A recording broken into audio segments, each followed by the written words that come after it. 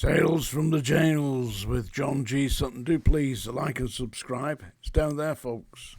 Thank you very much.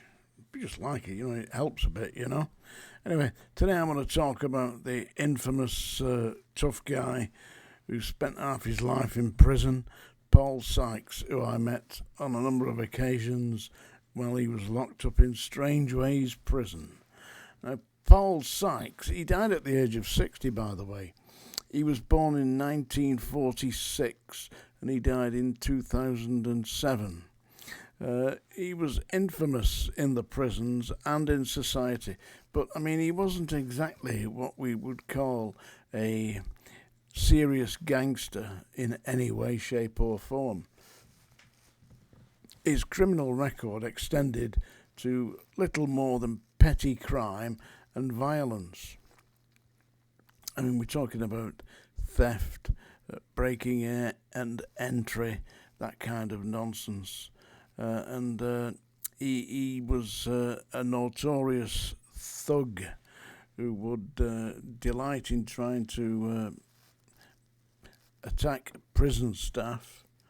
See, which is very strange because the father of Paul Sykes was a prison officer himself.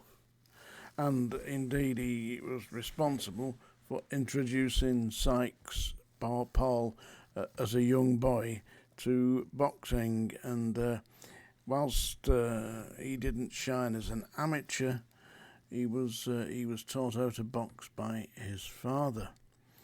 And his boxing career was somewhat illustrious.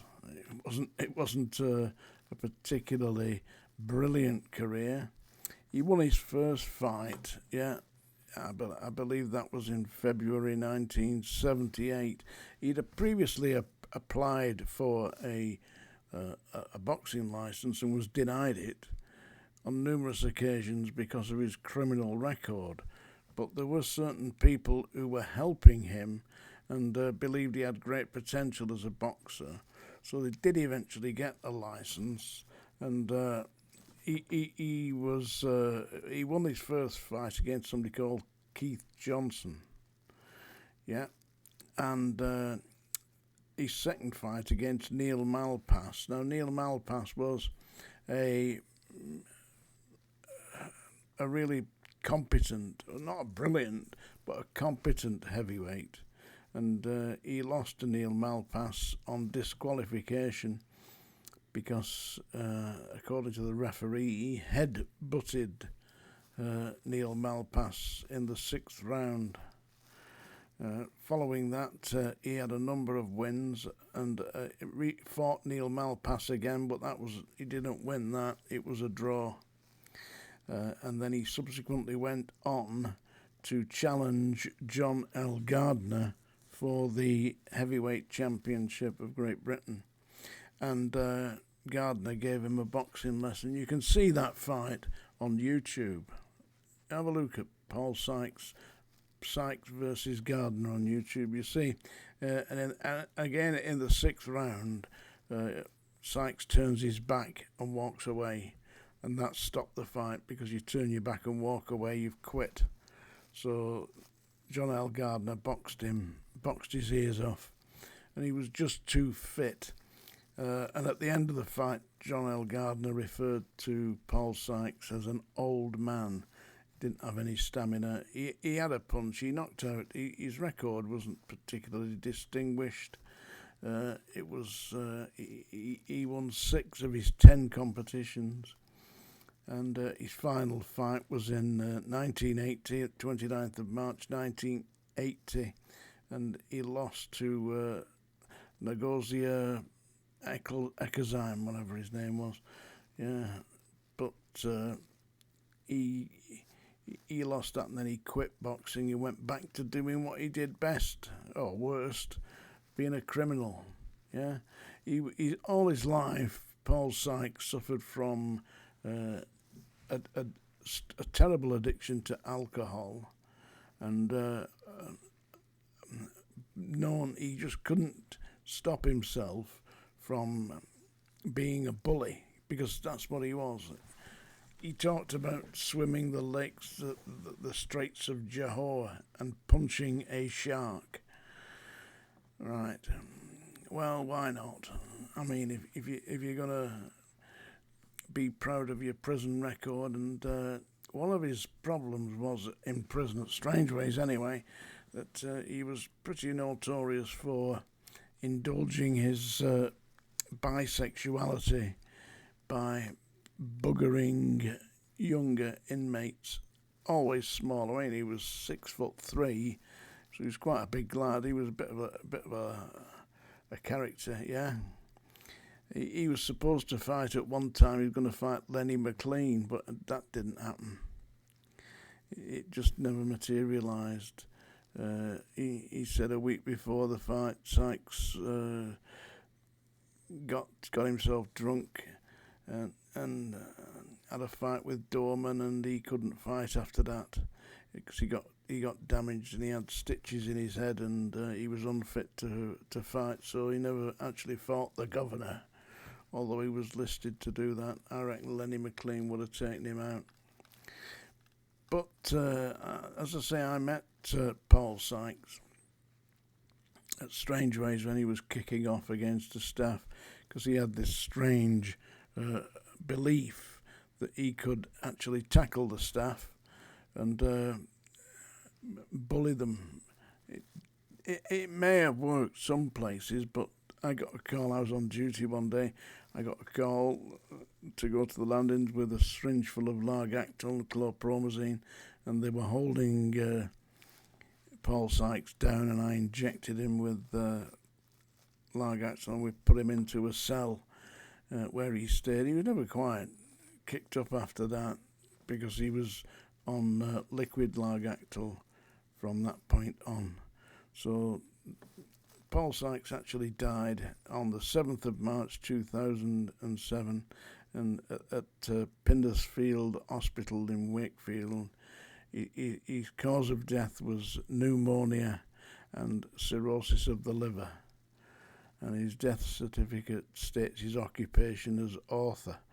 I mean, he did, I'm sure he had some help writing the books, because he was, although he considered himself to be something of an intelligent man, I believe he was quite insane.